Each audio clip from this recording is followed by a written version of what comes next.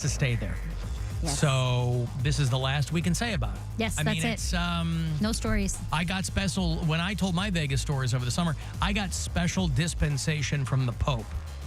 And so I was able to tell my stories. Oh, as it's Sin City, he has domain over it. He reigns over it. That's right. Nobody told me that, so I didn't get anything notarized or any letters or so. You went to Vegas and didn't get anything notarized? I know. Did you even really go to Vegas What then? an idiot. You mean you're not a notary already? I know. Hey, Poundcake is in Studio G. I am. Afternoon, white people. What a time. What a time. The gang's all here. If you'd like to join us on the phone, that'd be a great way to hear our voices, and then we can hear your voice responding to us in a bit of a dialogue, if you will. 216-578-1007, 800-348-1007. You can just as easily text me. That number is 35192. If you're listening on iHeartRadio, you can leave us messages there. You can watch live at AlanCoxShow.com.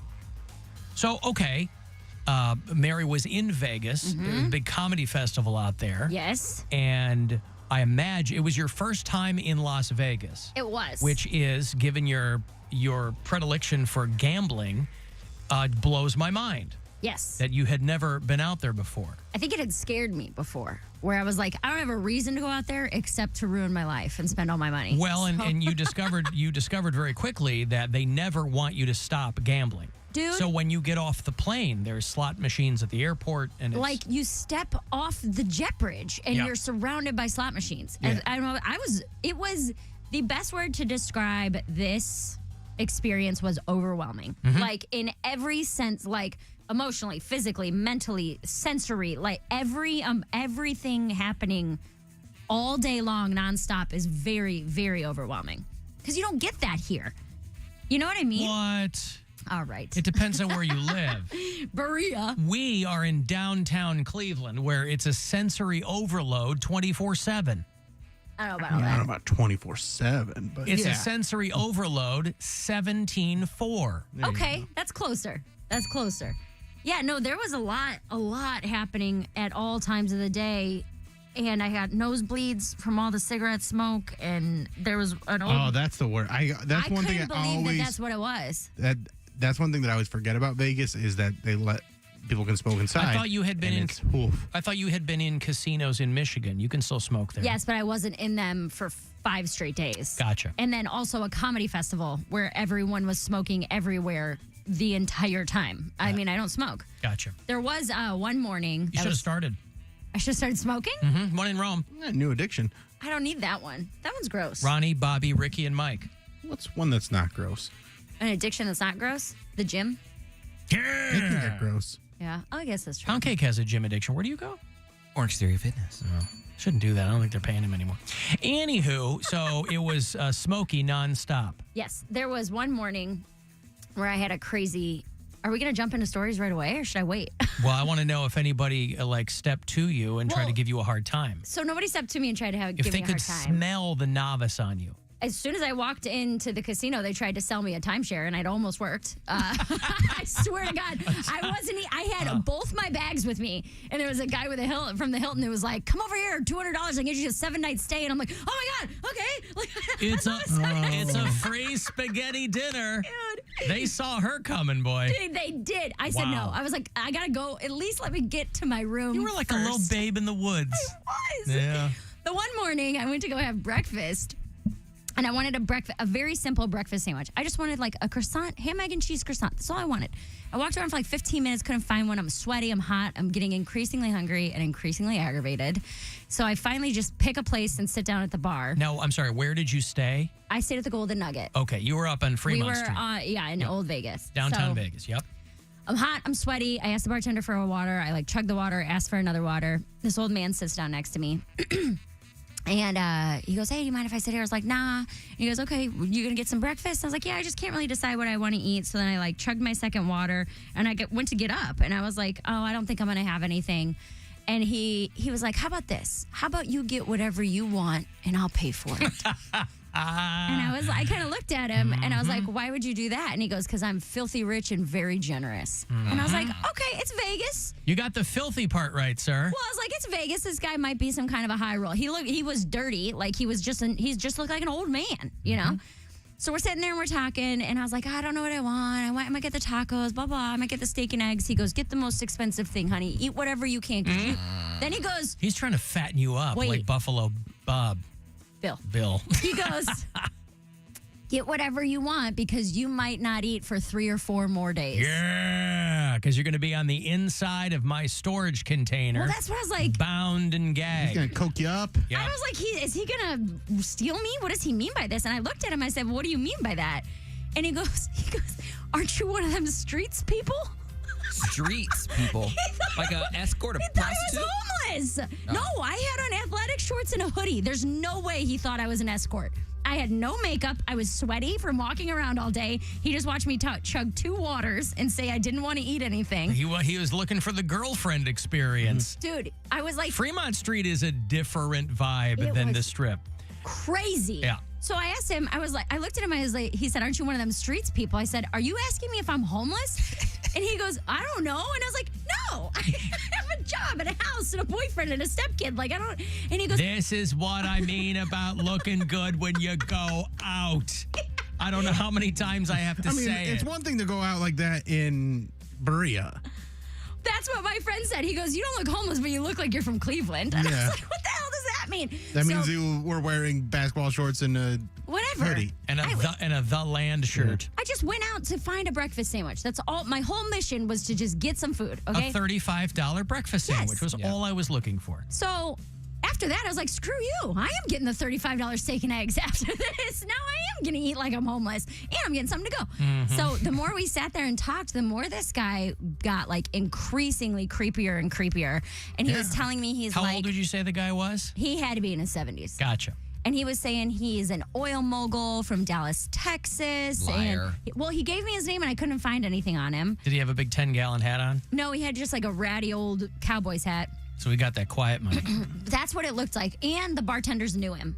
Like when he sat down, he didn't say anything. They brought him his drink. That just means hello, Mr. Bowers, how you been? He's that a kind gambler. Of thing.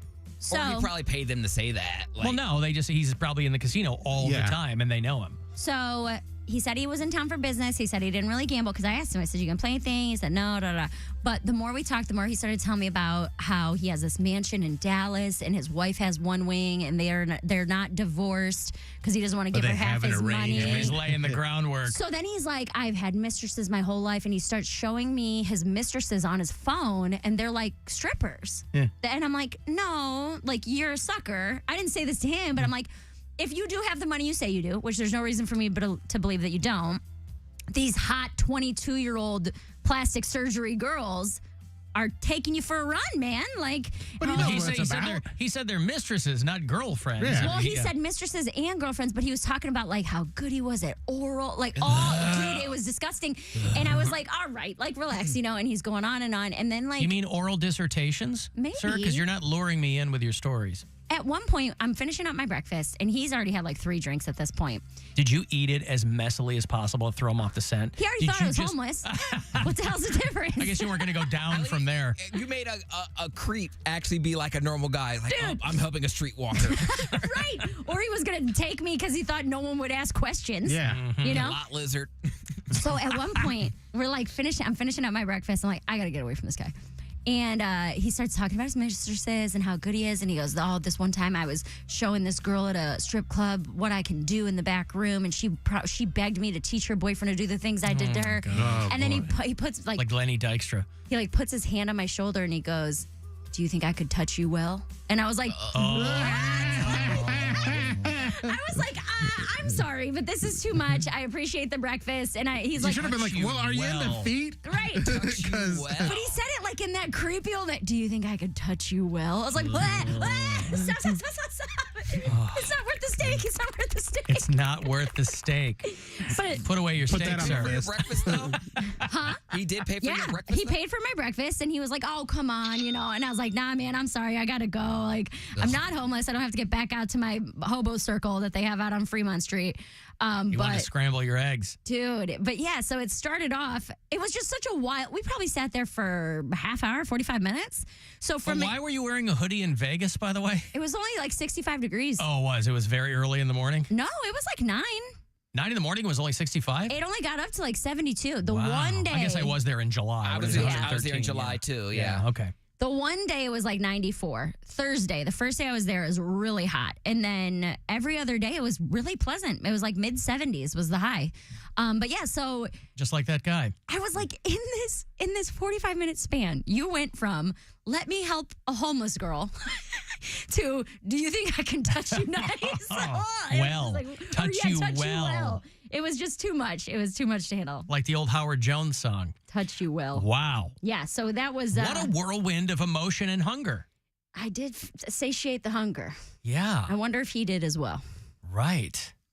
Well, he's got all those mistresses. Clearly, he'd be like, sir, if you have a mansion in Dallas, why are you? I mean, it is Vegas. He said he was there for business because I asked him. Yes. He said he had oral business.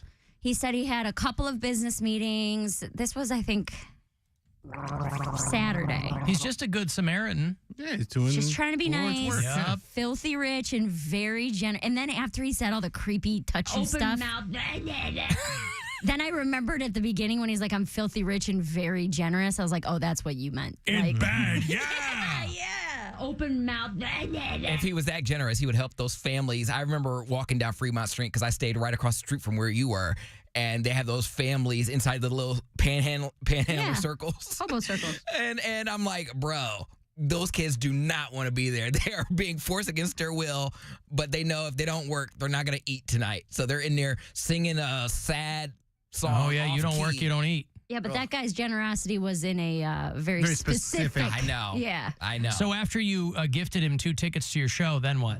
No, he was busy. He even asked about it. Oh, And he told me some of the dirtiest old man jokes. You could use that in your act. And I was like, that's not my vibe, guy. Thank you, Yeah. though. Appreciate you. That thing better have numbers on it, Doc. Feel free to use that The one. one was like, this guy was hooking up with a virgin, but he didn't know it was a virgin. And he was so excited. He, climaxed quickly. And he told the girl, he was like, oh, if I had known it was your first time, I would have taken my time. And she said to him, if I knew you had more time, I would have taken off my pantyhose. Are you sure Duke wasn't in Vegas? Well, that was the one that he was certain was going to send me to the top. Right. You were going to be surfing out the door. You Yeah. were so moist. Especially with the prevalence of pantyhose these days. Yes, a lot of pantyhose. They're control top. You get your stockings. Yes, You're going to update it to Skims. Skim. I would have taken my Skims off. Well, you That's made a it out modern alive. joke. Yeah. Yes, I'm alive. I've got to take a break. If you want to send a text, 35192 to get me there. AlanCoxShow.com if you want to watch. It's the Alan Cox Show. Everywhere on our free iHeartRadio app or whatever smart device you have. Just tell me to play the Alan Cox Show.